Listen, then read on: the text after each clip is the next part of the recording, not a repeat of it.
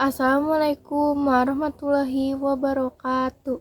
Tepangkeun nami abdi Zahra Syafira Febrianti di kelas 10 MPLB 3. Di dieu abdi bade ngabacakeun sajak nu judulna Layung. Wanci mustari nyanggeun sugema. Papaes mega mapag beuting nu datang. Koneng ngabebela hibar buana. Erab soca rungsep manah nu utama.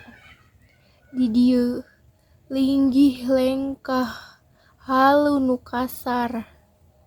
Mepende rurungsing nu gaumuruh silantangan. Syukur bungah ka Pangeran nu murbang alam. Sakitu wae sajak ti abdi. Wassalamualaikum warahmatullahi wabarakatuh.